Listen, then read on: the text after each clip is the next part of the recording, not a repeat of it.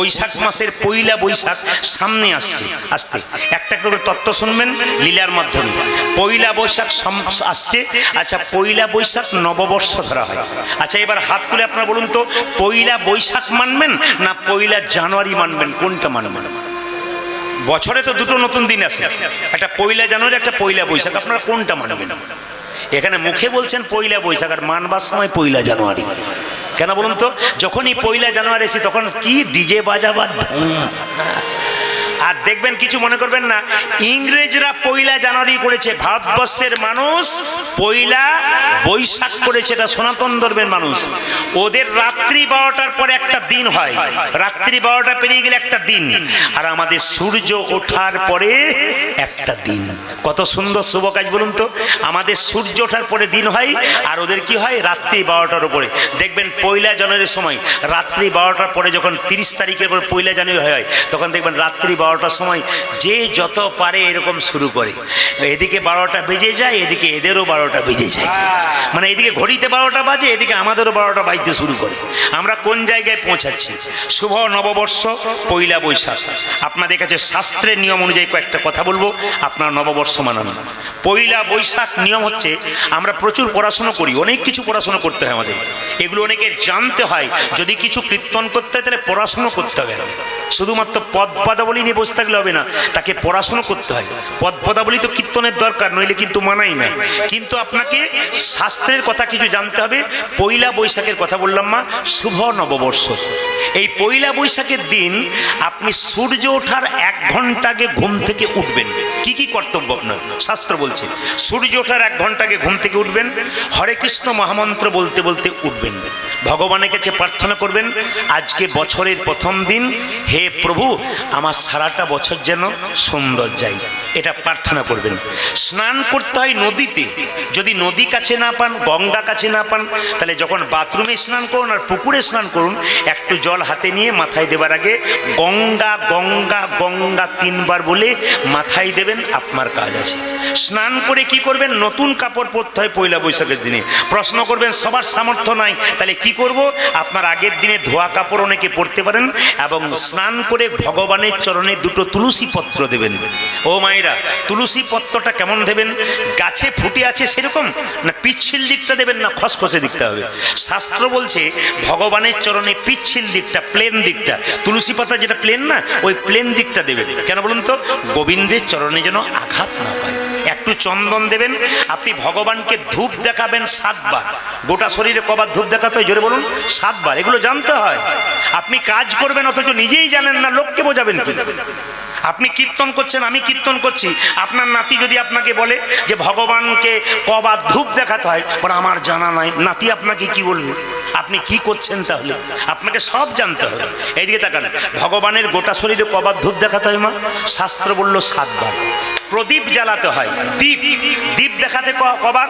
চরণে 3 বার, এই চরণে 4 বার। ভালো করে শুনবেন, চরণটাতে 4 বার দীপ দেখাবেন ভগবানের, নাভিটাতে 2 বার দেখাবেন, আর মুখমণ্ডলে 3 বার দেখাবেন, আর গোটা শরীরে 7 বার দেখাবেন। কি বললাম?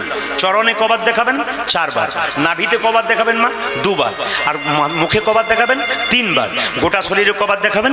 7 বার। এই দিন কিন্তু একটু পরমান্ন তৈরি করে ভগবানের চরণে দিয়ে, একটা তুলসী পত্র দিয়ে ওই প্রসাদটা তৈরি করার পর, কোনো বৈষ্ণবকে পেলে, কোনো ব্রাহ্মণকে পেলে সেবা দেওয়ার পর আপনি কি করবেন? ওই প্রসাদ বাড়ির সবাইকে দেবেন। কেন? ওই প্রসাদটার নাম হলো মহাপ্রসাদ। সেই মহাপ্রসাদ খেতে পারলে আপনার জীবন সুন্দর হবে। এই দিকে তাকাবেন, পয়লা বৈশাখ শুধু নয়, বৈশাখের প্রত্যেকটা দিন কেউ যদি সূর্য ওঠার আগে স্নান করতে পারে, 30টা দিন স্নান করে দেখবেন আপনার শরীরের কি উন্নতি হয়, আপনার মনের কি উন্নতি হয়, আপনার বাড়ির কি পরিবেশের পরিবর্তন হয়ে যায়। এগুলো আমরা করি না, জানি না, জানবো তবে তো করবো। এগুলো জানবেন, আপনাদের জীবন দেখবেন সুন্দর হয়ে যাবে। শুধু তাই নয় মায়েরা, পয়লা বৈশাখের দিনে আপনাকে মাথায় রাখতে হবে, সেদিন শুভ কাজ করবেন, শুভ চিন্তা করবেন, কারোর সঙ্গে ঝগড়া করবেন না, বিবাদ করবেন না, মনের মধ্যে কুমনোবৃত্তি আনবেন না। দেখবেন আপনার মন সুন্দর হয়ে যাবে এবং ভগবানের চরণে অর্পণ হয়ে যাবে। না দপি শুনি চেন তর রিব সহিষ্ণু না, অমানেন মান দেন কীর্তনীয় সদাহরি। কথাগুলো শুনবেন, বিচার করবেন। যাকে তাকে বৈষ্ণব বলা যায় না। বৈষ্ণব তারা তৃণাদপি শুনিছেন, ঘাসের চাইতে নিচ। আপনি রাস্তা দিয়ে পেরিয়ে যাচ্ছেন, ঘাসের ওপরে পা দেবেন, ঘাস মাথা নিচু করবে, পা তুলবেন, আবার ঘাস মাথা উঁচু করবে। কিন্তু বৈষ্ণবকে আপনি হাজার গালাগাল দেন, ওই যে মাথা নিচু করবে আর উঁচু করবে না, ইনি হলেন বৈষ্ণব। চিনবার নিয়ম আছে, শাস্ত্র পড়ুন, চিনতে পারবেন বৈষ্ণব কারা। আর বৈষ্ণব কাকে বলে বাবা? অমানেন মানদেন তররিব সহিষ্ণু না, অমানেন মানদেন তররিব সহিষ্ণু না। মানে কি? একটা বিরাট বড় গাছ আপনি কাটছেন, যতক্ষণ না মাটিতে পড়ছে ছায়াদান করছে, ফলদান করছে। কিন্তু বৈষ্ণবকে আপনি হাজার আঘাত করুন, যতক্ষণ না মাটিতে পড়ছে আপনাকে হরিবোল বলিয়েই যাচ্ছে। অমানেন মানদেন মানে কি? এই পথ দিয়ে, রাস্তা দিয়ে কোন একজন কুষ্ঠব্যাধি লোক ছটপট ছটপট করছে, মা আপনি আমি রাস্তা দিয়ে পেরিয়ে গেলাম, নাকে কাপড় চাপা দিয়ে চলে গেলাম। কিন্তু যিনি পরম বৈষ্ণব তিনি কি করবেন? এদিকে দেখান, তিনি কি করবেন? নাকে কাপড় চাপা দেবেন না, কোলে কোল দিয়ে বলবে একবার হরিবোল বল। এই জগতে কোনো ডাক্তার তো রোগ ভালো করতে পারে নাই, আমার সঙ্গে কোলে কোল দিয়ে একবার হরিবোল বল, তো দেহ রোগ তো দূর হবে, তার সঙ্গে তোর ভব রোগ পর্যন্ত দূর হবে। মায়েরা, এ হচ্ছে বৈষ্ণব। অমানেন মানদেন কীর্তনীয় সদাহরি। যার কাছে কি থাকবে? তিলক থাকবে, তুলসী মালা থাকবে, শিখা থাকবে, কৌপিন থাকবে, বহির্বাসে হরিনাম থাকবে, ইনি হচ্ছেন বৈষ্ণব। এই দিয়ে দেখাবেন। আর বৈষ্ণব কাকে বলে মা? একবার মন দিয়ে শুনবেন। বলছে গাছ যেমন ফল দেয় নিজের জন্য নয় জগতের জন্য, নদী যেমন জল দেয় নিজের জন্য নয় জগতের জন্য, বৈষ্ণব নাম দেন নয় নিজের জন্য নয়, জগতের মানুষের কল্যাণের জন্য। এবার বৈষ্ণব কাকে বলে একটু প্রমাণ দেখে নিন আপনারা, যে যেখানে বসেছেন। বৈষ্ণবের বশ কৃষ্ণ, সর্বশাস্ত্রে কয় এই সব জানিলহ বৈষ্ণবের আশ্রয়। বৈষ্ণবকে আশ্রয় করতে পারলে আপনি কৃষ্ণকে পেয়ে যাবেন। একটা প্রমাণ, আপনাদের এই জায়গাটা বাসুকি চক নাকি, কি বলছেন? বাসকি চক, তাই তো? যাক, আমার নামটা ক্লিয়ার নেই, কেউ ভুল হলে অপরাধ ক্ষমা করে দেবেন। ধরুন কৃষ্ণপুর, কৃষ্ণপুর, আমি কৃষ্ণপুর দিয়ে শুরু করি ভগবানের নাম দিয়ে। তা কৃষ্ণপুরে মায়েরা কিছু মনে করবেন না, কৃষ্ণপুরের পাশে একটা গরুর হাট আছে। ধরুন আছে, গরু গাভী কিনতে গেলেন, বাছুর কিনলেন। আচ্ছা বলুন তো, গাভীটাকে দড়ি দিয়ে টানছেন, গাভী আসছে না, কি করলে গাভী আসবে? বাছুরটাকে করলে করে এগিয়ে যান, গাভীকে ডাকতে হবে না, বাছুর আপনার পেছন পেছন, গাভী আপনার পেছন পেছন আসবে যদি বাছুরটাকে কোলে করে নিয়ে যান। বৈষ্ণবের চরণ ধরে এগিয়ে গেলে ভগবানকে ডাকবার দরকার নাই, ভগবান আপনার পেছনে পেছনে চলে যায়। আর বৈষ্ণব কাকে বলে মা? সবাই লক্ষ্য করবেন। হাজার হাজার বটের ফল বট গাছে হয়, বটে গাছে হয়, একটাও নিচে পড়ে চারা গাছ হয় না, চারা গাছে হয় না। পাখিতে খেয়ে স্টোমাকে গিয়ে সেই পাখি যদি ছাদের কার্নিশে পায়খানা করে, তার থেকে বট গাছ হয়।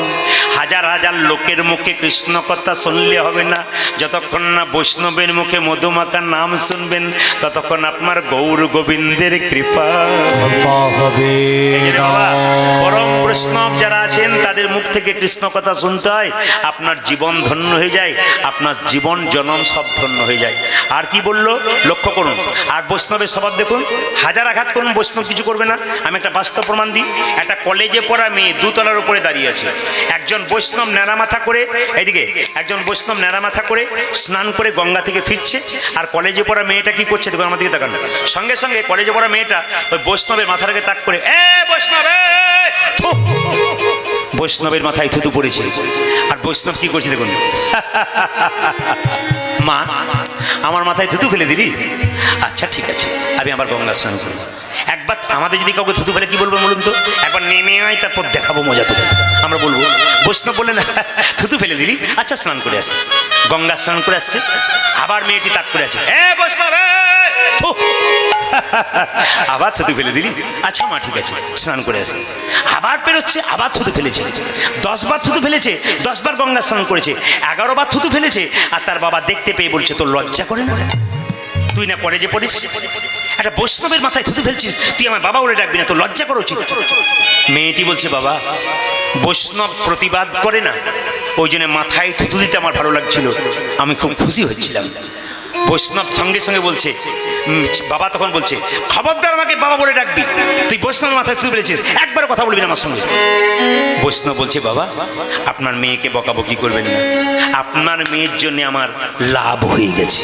লাভ? হ্যাঁ, আপনার মেয়ে আমার মাথায় থুতু ফেলেছে, আমার তো লাভ হয়েছে। কি লাভ হয়েছে তোমার? আমি শাস্ত্রে শুনেছি, একবার গঙ্গা স্নান করলে এক জন্মের পাপ দোলাই।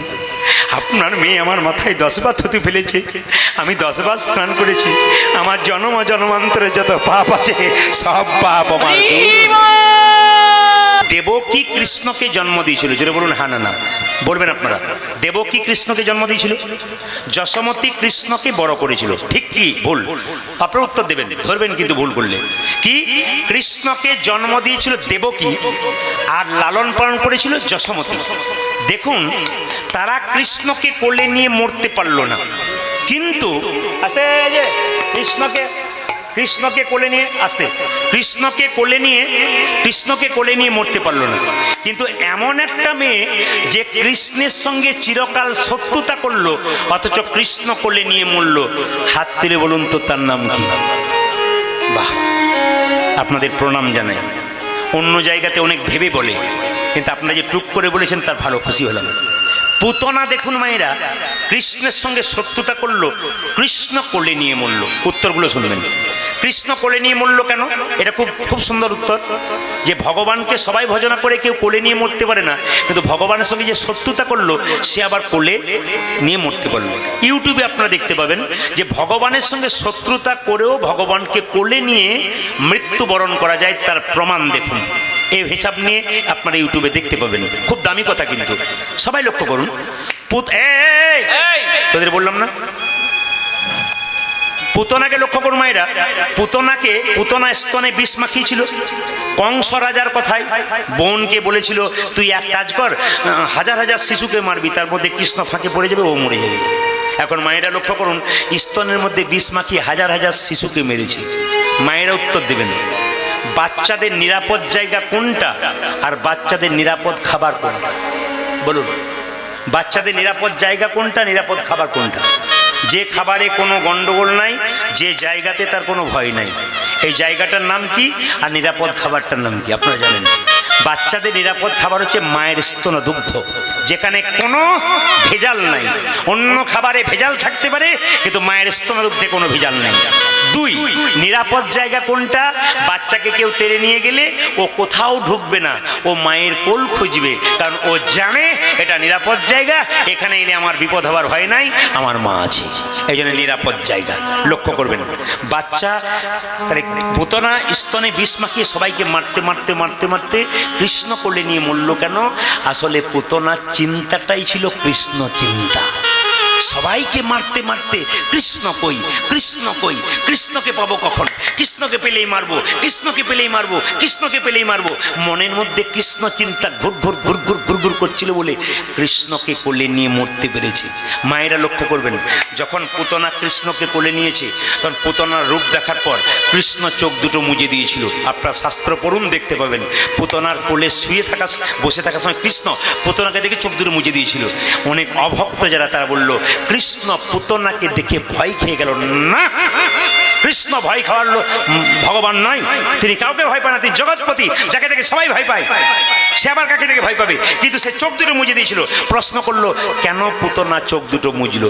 পুতনা চোখ দুটো মুজলো এই জন্যে, চিন্তা করলো, কৃষ্ণ চোখ দুটো মুজলো এই জন্যে, চিন্তা করলো, পুতনা তুমি তো আমার মা হও নাই, মায়ের নাটক করছো, তো মায়ের নাটক করছো, অভিনয় করছো, তোমাকে আমি স্বর্গে পাঠাবো না নরকে পাঠাবো, ওই চিন্তাই করছিল। সবাই লক্ষ্য করুন, যখনই পুতনার স্তনে টান মেরেছে কৃষ্ণ, আর সঙ্গে সঙ্গে চিৎকার করতে করতে পুতনার প্রাণ বেরিয়ে চলে গেল। পুতনাকে স্বর্গে জায়গা দিয়েছিল বাবা, মায়ের অভিনয় করেছিল বলে।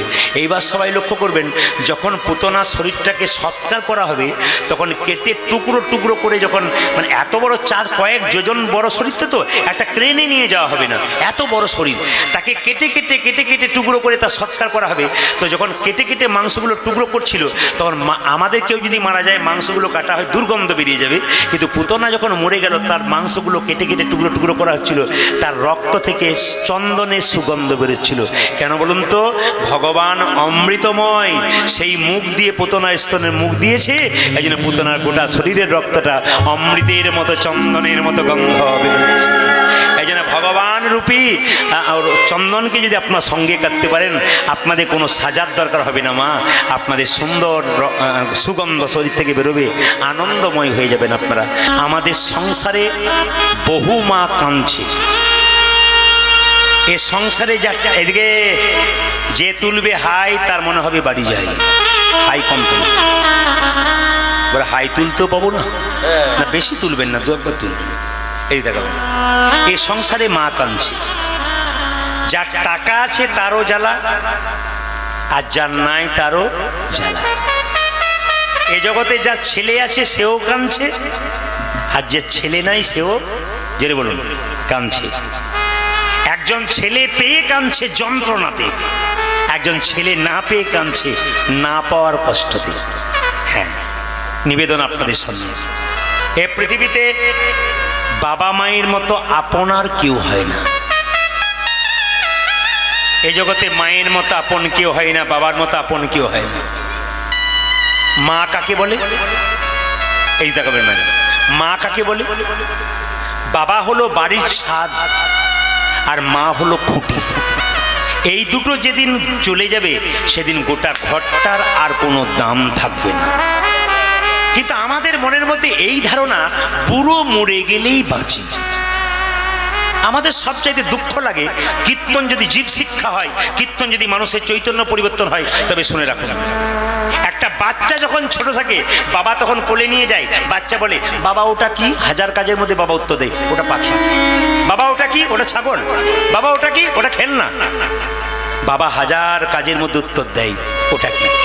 কিন্তু বাবা যখন বুড়ো হয়ে যায়, ছেলে যখন বড় হয়ে যায়, বাবা যখন বাড়িতে এক কোণে চুপচাপ বসে থাকে আর চলাফেরা করতে পারে না, ছেলের বন্ধুরা বাড়ি এলে বাবা জিজ্ঞেস করে, খোকা কে এসেছিল রে? চুপ করা, তোমার খালি খোঁজ খবর না কাজ, কে এলো না এলো, তোমার কি গেল?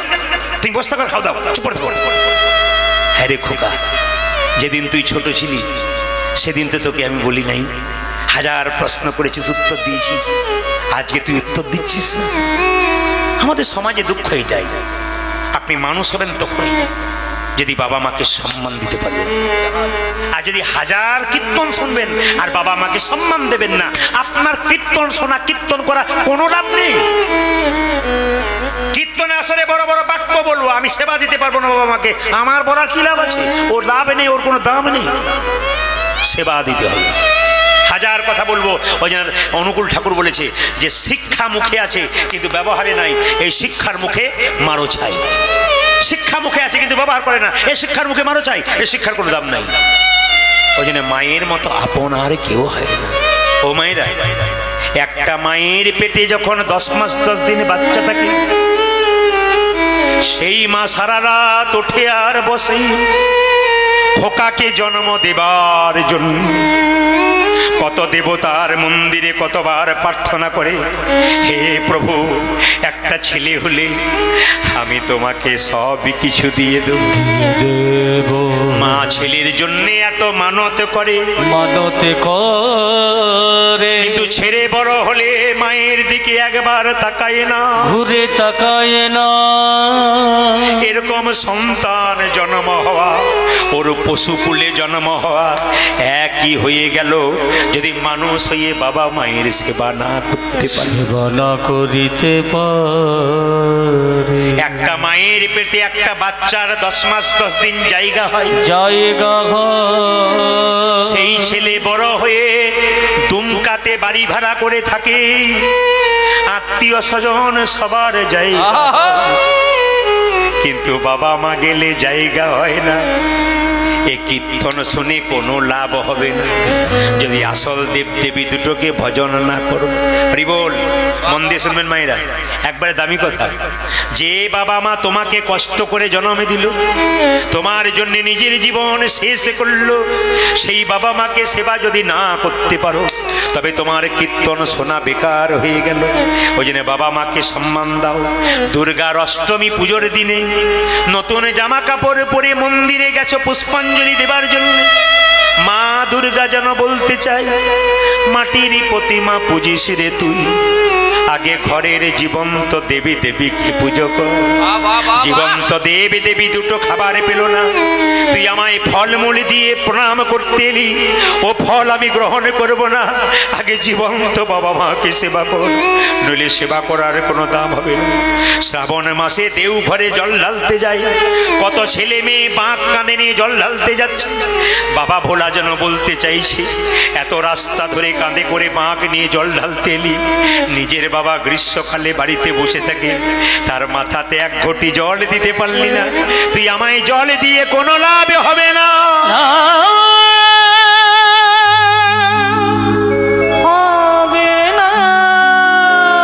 এইদিকে বাবা যখন জীবন্ত বেঁচে আছে, দুটো সাদা রসগোল্লা খাবার জন্য ছেলেকে বলল, আজ আনবো কাল আনবো বলে আনলো না। কিন্তু বাবা যখন মরে গেল, বিরাট বড় প্যান্ডেল করে 2000 লোককে দুটো করে রসগোল্লা খাওয়ালো। বাবা তাতে খুশি হয় না, বাবা গালাগাল দেয়, খোকারে জীবিত অবস্থায় দুটো রসগোল্লা দিতে পারলি না, মৃত্যুর পরে 1000 লোককে খাওয়ালি, আমার আত্মার শান্তি দিতে পারলি না। এই রাক্ষসের সেবা হলো, বৈষ্ণবের সেবা হলো না। এই জন্য আপনাদের কাছে নিবেদন রইল, বাবা জীবিত থাকতে বাবা যদি কিছু চাই সেটা দিন, মা যদি কিছু চাই সেটা দিন, তবে আপনি সাধ্যের সময় কাজ করাবেন, আপনার কাজ করা সার্থক হবে। আর জীবিত থাকতে বাবা একটা ভালো কাপড় পেল না, আর সাধ্য করার পর সময় আপনি লোককে ভালো কাপড় দিলেন, লাভ নেই আপনার। আপনার বাবার চোখের জল আপনার সংসারকে অভিশপ্ত করে দেবে। যতই সাধ্য কাজ করান, যদি বাবাকে না দিয়ে আপনি করান, আপনার কোনো লাভ নেই। আগে জীবন্ত বাবাকে দাও, জীবন্ত মাকে দাও, তবে তোমার লাভ আছে। মাকে কেউ কাঁদিও না, ছেলে যদি রাগ করে চলে যায় না খাই, বাড়ির সবাই খেয়ে নেয়, একজন দরজায় অপেক্ষা করে থাকে, ছেলে না খেলে খাবে না। এরই নাম হলো গর্ভধারিণী মা। মায়ের যে কি যন্ত্রণা মা ছাড়া কেউ জানে না, বাবার যে কি যন্ত্রণা বাবা ছাড়া কেউ জানে না। এই দুটো দেবী দেবীকে সম্মান না দিলে গোবিন্দের কৃপা কোনোদিন হবে না। মায়েরা এই দিকে তাকাবেন, মা তো সুন্দর করে রান্না করে ছেলে মেয়েকে খাওয়ায়, ছেলে মেয়ে পেট ভরে খেয়ে চলে যায়, মাকে একবারও প্রশ্ন করে না, মা তুমি খেলে কিনা? মা খাই না তবু কোনো দিনে বলে না, খোকারে তোরা খেয়ে নিলি, আমার দিকে তাকালি না, আমি যে খেতে পেলাম না। মা কোনো দিন বলে না, মা কোনো দিন সন্তানকে অভিশাপ দেয় না, সেদি আশীর্বাদই করে যায়। কিন্তু মায়ের চোখের জল সংসার অভিশপ্ত হয়ে যায়, সংসার দুঃখের সাগরে মিশে যায়। কেউ কাঁদে আরে প্রসবে কালে, কেঁদেছিল আমার মা,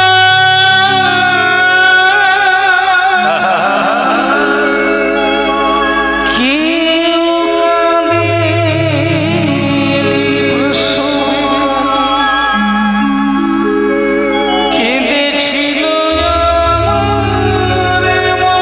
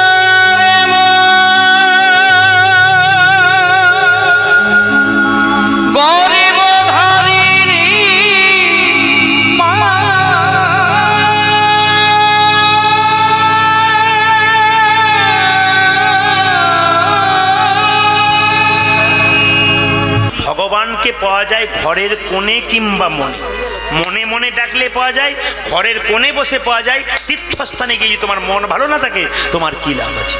ভগবানকে পাই সংসারে থেকে, প্রমাণ দেখে নিন আমরা। একদিন মায়েরা, একদিন মা যশোদার গুরুদেব, কারো জানা আছে? হাত তুলে বলুন তো মা যশোদার গুরুদেবের নাম কি? মা যশোদার গুরুদেবের নাম হলো কর্ণম মুনি। ভালো করে শুনবেন, এই কর্ণম মুনি একদিন একাদশী পালন করেছে। কিছু মনে করবেন না, আমি জানি আপনারা ঝাড়খণ্ডবাসী যারা আছেন, আমি বিভিন্ন জায়গায় গান করতে যাই, আপনাদের নাম প্রথমে উপস্থাপনা করি। এখন কিন্তু আমার ক্যামেরা এসেছে, এই ক্যামেরাটার নাম হচ্ছে ঝিকঝাক। এই গানটা আপনারা পরশু থেকে তরশু থেকেই পেয়ে যাবেন, মানে 2-3 দিন পরে পেয়ে যাবেন। 3-4টে ক্যামেরা যে রয়েছে না, এই ক্যামেরাগুলো করতে এসছে আমার সঙ্গে একটা আলাদা গাড়িতে, ওরা আমার ক্যামেরা। এর দেখবেন এর ঝিকঝাক, এ কিন্তু গোটা বিশ্বের মানুষ আপনাদের আসলে গানটা শুনতে পাবে। এরা যখন পরশু তারিখে ছাড়বে আপনারা দেখে নেবেন, আপনারা যত হাত তালি দিচ্ছেন, হাত ওঠাচ্ছেন, সব কিন্তু ওদের ক্যামেরাতে উঠছে। একবার প্রত্যেকে কেমন তুলছেন। আজকে সেই জন্য বলেছি মাঝে মাঝে হাত তালি দেবেন, হাত উঠাবেন। যদি কেউ হাত না ওঠান আর কেউ যদি ওঠান, নিয়ে মোবাইলে দেখবেন আমি হাতটা তুলেছি, ও তুলে নেয়, তো দিদি আমি তুলি নাই, আমার উঠে নাই গো, তুমি তুলে ফেলেছো। এটা যেন বলতে না হয়, ফাঁকি দেবেন না, চেষ্টা করবেন যেন তুলতে পারে। এই জন্য মন দিয়ে শুনুন, একাদশী করেছে কর্ণম মুনি। আমি জানি আপনারা একাদশী করেন, হাত তুলতে বলবো না। একাদশী ছেলে না মেয়ে আপনারা উত্তর দিন, খুশি হব আমি। কে বলুন তো মায়েরা, একাদশী ছেলে না মেয়ে? জোরে বলুন। একাদশী অনেকের সন্দেহ আছে, তাই বলতে পারছি। একাদশী মেয়ে কি ছেলে? একটু তত্ত্বটা শুনে নিন। একাদশী, হ্যাঁ, একদিন ভগবান বিষ্ণুর সঙ্গে একটা অসুরের যুদ্ধ হচ্ছিল মা।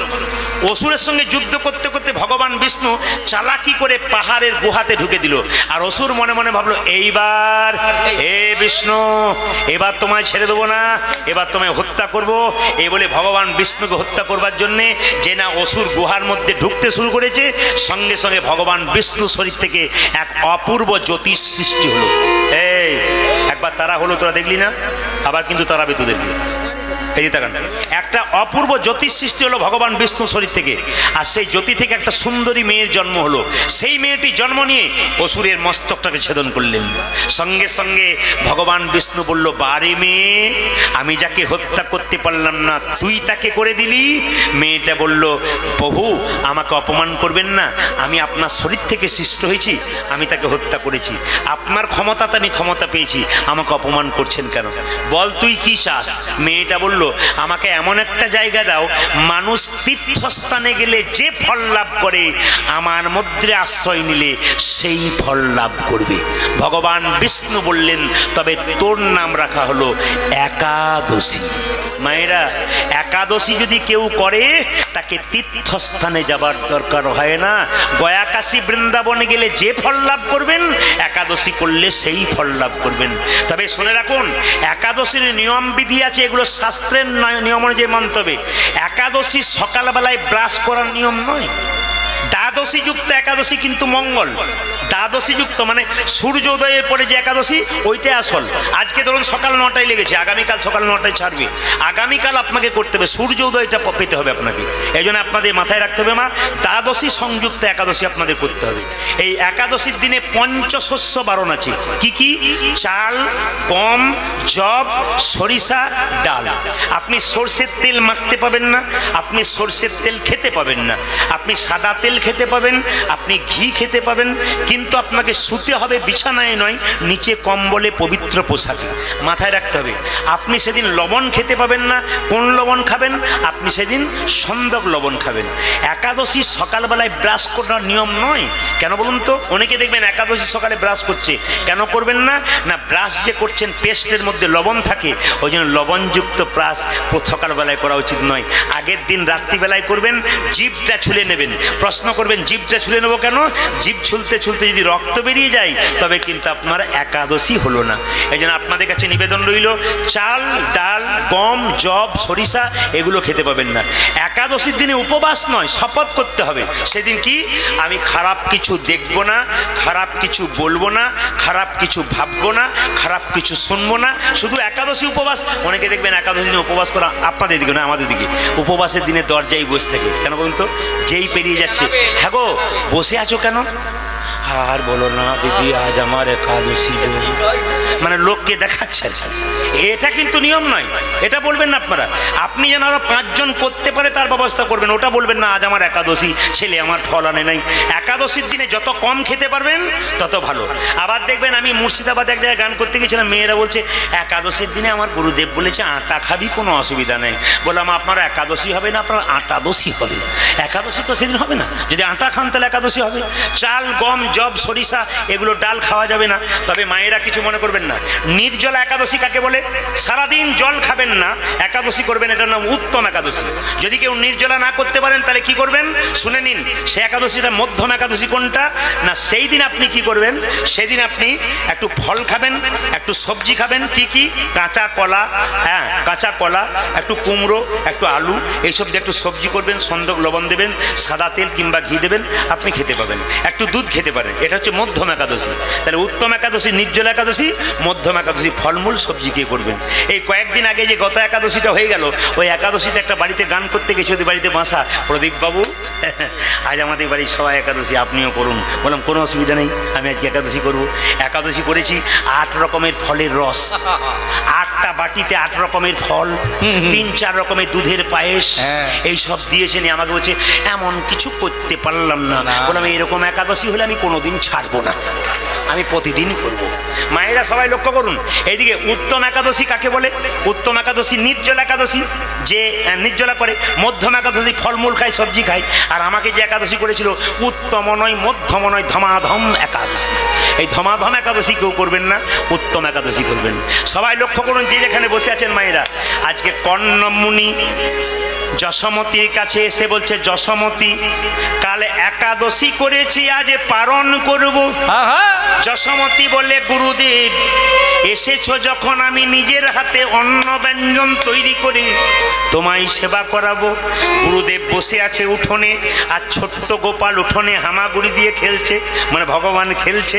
আর গুরুদেব বলছে আমি তোদের হাতে খাবো না, তোরা হলি গোয়ালিনীর জাতি, তোদের হাতে হবে খেলে ক্ষতি।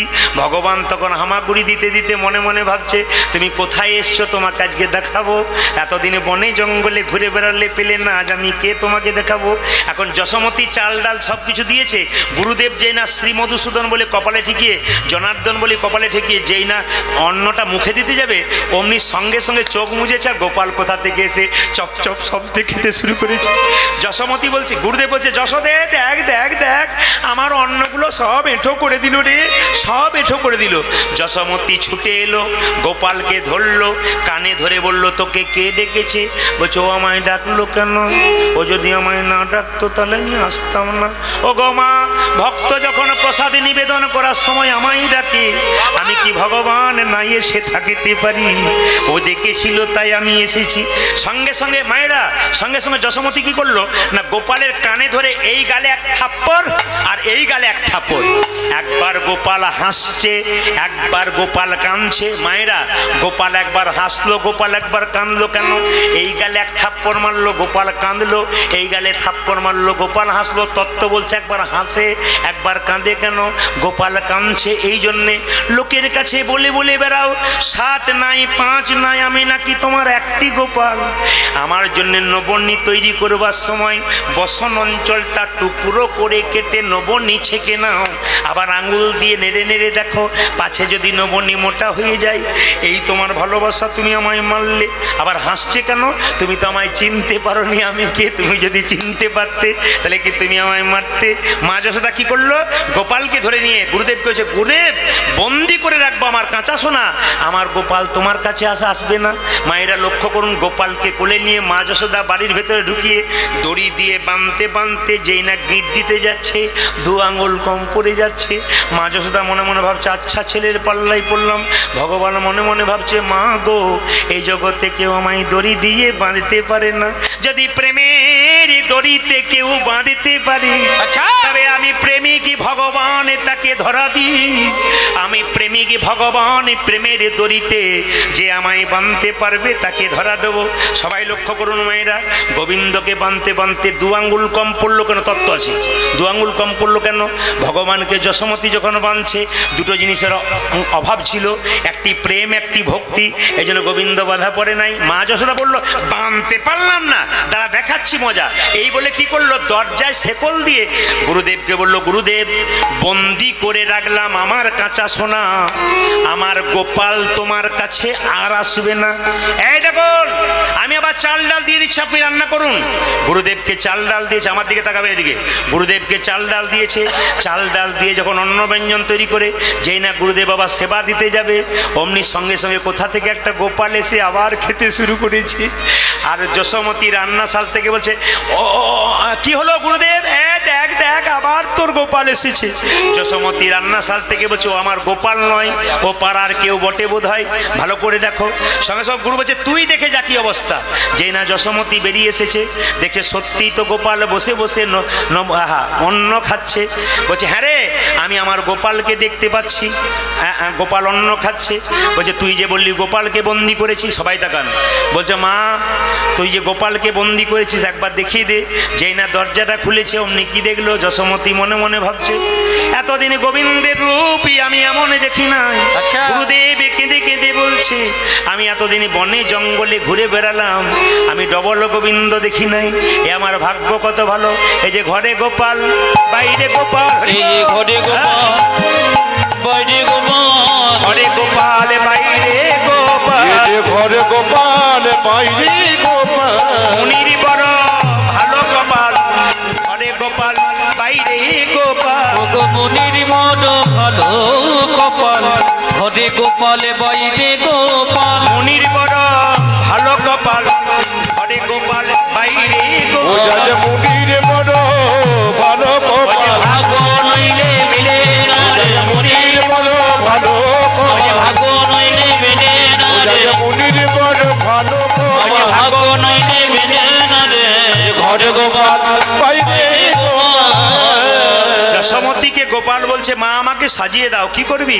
মা গো আমি চড়াবো বাছুর, মা মাগো আমি হ্যাঁ, মা মাগো আমি চড়াবো বলে, মা গো আমি, মা গো আমি চড়াবো বাছুর। আসনা বলে একটা জায়গা আছে, এই আসন বনির কাছে আসনার মাটি হচ্ছে আমার আসল মাটি। তাহলে আমার জন্ম কিন্তু বীরভূম হতে পারে, কিন্তু এই মাটিটা আমার পিতৃপুরুষের জন্ম। আমার দাদু ওখানে জন্মগ্রহণ করেছিলেন, জন্মগ্রহণ করার পর শ্বশুরালয়ে সম্পত্তি পেয়ে বীরভূমে চলে গেছেন, কিন্তু আসল জায়গা কিন্তু আমরা ঝাড়খণ্ডে। এই জন্য ঝাড়খণ্ডের প্রতি প্রেম আর টানটা কিন্তু আমার বরাবর আছে। আপনারা ইউটিউবে শুনবেন প্রায় জায়গাতে ঝাড়খণ্ডের কথা বর্ণনা করা আছে। আর প্রথম যখন আমি কীর্তন গান করি দেউলেশ্বর মন্দির থেকে, তখন কিন্তু ঝাড়খণ্ড থেকে আমার উৎপত্তি। ঝাড়খণ্ডের গ্রামে গ্রামে প্রতিটি জায়গাতে যখন আমার ক্যামেরা হয়নি তখন আমি গান করেছি। তবে কিছু মনে করবেন না, আপনাদের এখানে এসে কিন্তু শ্রোতা দেখলাম না। বলে, প্রদীপবাবু 25,000 শ্রোতা দেখলেন, আর এখানে এই শ্রোতা দেখলে শ্রোতা বলছেন কেন? হ্যাঁ, শ্রোতা দেখলাম কেন বলুন তো? শ্রোতা দেখলাম আপনাদের 3 রকম। একটা শ্রোতা যারা মন দিয়ে গান শোনে। আমি যে কীর্তন করছি না, সবার দিকে একবার করে ক্যামেরা ঘোরাচ্ছি, আমি আমার চোখটা ঘোরাচ্ছি ওই দূর পর্যন্ত। হ্যাঁ, ওই দূর পর্যন্ত। কেন বলুন তো? আমি দেখতে পাচ্ছি এই জন্যে কে কেমন মন দিয়ে শুনছে। যে মন দিয়ে শুনছে তার দিকে আমি তাকাচ্ছি, আর যে মন দিয়ে শুনছে না 2-4 জন থাকে তাদের দিকে আমি তাকাই। তবে আপনাদের দেখলাম শ্রোতা কারা, একবারে কম বয়সে ছেলেরা তাকাচ্ছে হাঁ করে, এক মনে কীর্তন শুনছে, এরা শ্রোতা। আর শ্রোতা কারা? চল প্রদীপ পালকে ইউটিউবে দেখেছি, দেখে চলে আসি। 1 ঘন্টা দেখতে চোর বন্ধু বলছে চ, বলছে না যাবো না, চ। ও তো গেল 3 জনকে নিয়ে চলে গেল, এর নাম শ্রোতা। এটা এখানে নাই, অন্য জায়গায় থাকে। আর শ্রোতা কে বলুন তো? আমায় দেখাইয়ে দিবি রে। তবে কিছু মনে করবেন না বাবা, বয়স্ক বাবার এখানে আছেন, আপনাদের যে সুযোগটা নাই মায়েদের সুযোগটা আছে। কি বলুন তো? যে মায়ের ঘুম আসছে সে জীবনে মাথায় কাপড় নেয় না, যখন ঘুম আসছে দেখাইয়ে দিবি রে। পাশের মেয়েটা বলছে দিদি তুমি ঘুমোচ্ছ, বলে ঘুমোই নাই, ধ্যান করে করে শুনছি। এমন ধ্যান করো না লম্বা হয়ে পড়ে যাবে, তখন তোমাকে তুলে নিয়ে যেতে হবে। হ্যাঁ, ও এই যে আচ্ছা আমি জায়গাটার নাম বলেই দিই, নইলে অসুবিধা আছে। চিতলা কলিয়ারির নাম শুনেছেন? তার পাশে একটা গ্রাম আছে, গ্রামটার নাম বলবো না, পাশে। ওখানে আমি রামনবমীতে ইতিপূর্বে 15 বছর আগে পরপর 6 বছর গান করেছিলাম।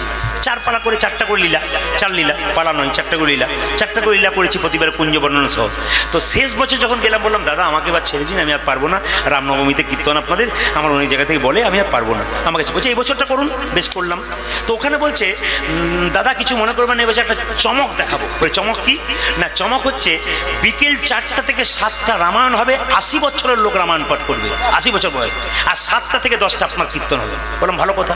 আচ্ছা মায়েরা কিছু মনে করবেন না, এই গ্রামে যদি 4টা থেকে 7টা রামায়ণ হতো আর 7টা পরে কীর্তন হতো, তাহলে বলুন তো আগে বউগুলো আসতো না শাশুড়িরা আসতো?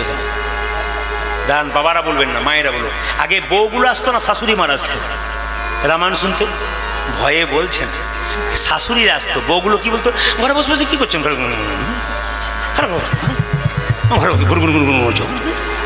মানে পাঠাতে পারলেই বাঁচি। তো সবাই লক্ষ্য করুন মায়েরা, রামায়ণ শুরু হয়েছে, আমি চেয়ারে বসে আছি, কীর্তন রামায়ণ শুনছি। একজন বুড়িমা একটা বস্তা হাতে নিয়ে নাতনিকে আঙুলে ধরে এলো, উনি বসলেন, রামায়ণ শুরু হলো, উনি পা লম্বা করলেন, রামায়ণ শেষ হলো, উনি গা লম্বা করলেন। আমার যখন কীর্তন আরম্ভ হলো উনি নাক ডাকতে শুরু করলেন। দলে পার্টি আছে আমার, যার ঘরে শুয়ে আছে সে বুঝতে পারবে পার্টি কেমন আছে। এই দিন নাক ডাকতে শুরু করলো, এই দিয়ে তাকাবেন, রামায়ণ শেষ হয়ে গেল, কীর্তন শেষ হয়ে গেল। তো সবাই যখন উঠছে তখন নাতনি বলছে ঠাকুমা ওঠো, ও ঠাকুমা ওঠো। তখন বুড়িমা বলছে আরম্ভ হইল, বলে আজ আর হবে না, কাল হবে, চলো।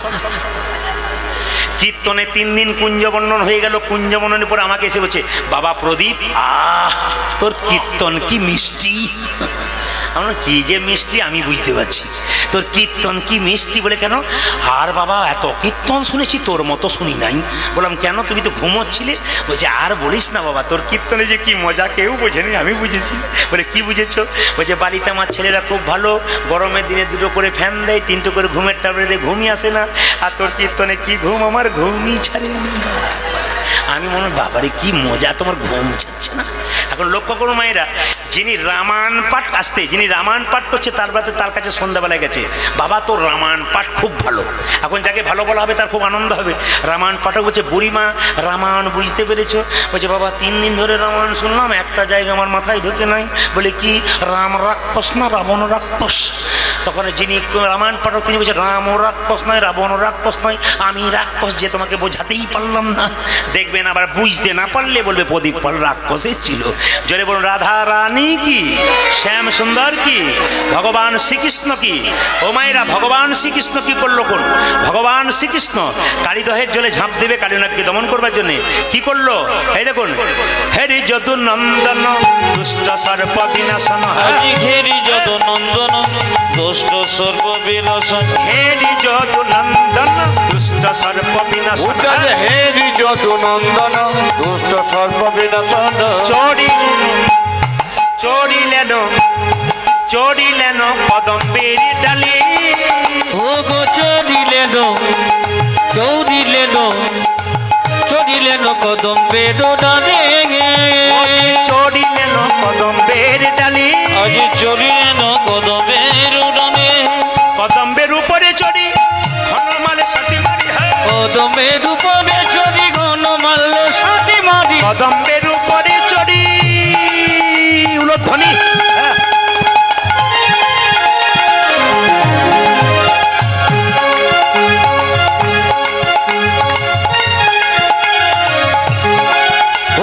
কদম্বের উপরে চড়ি ঘনমাল্য সাথী মারি, কদম্বের উপরে চড়ি ঘনমালে সাথী মারি, আজ কদম্বের উপরে চড়ি ঘনমাল্য সাথী মারি। ঝাঁপি দিলেন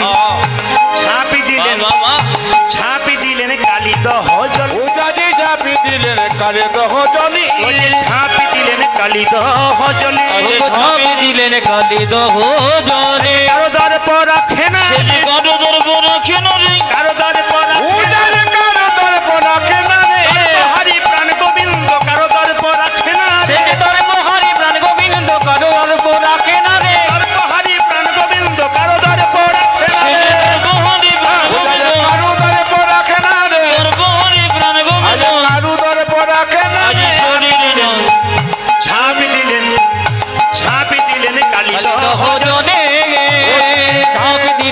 কালী দহ জলে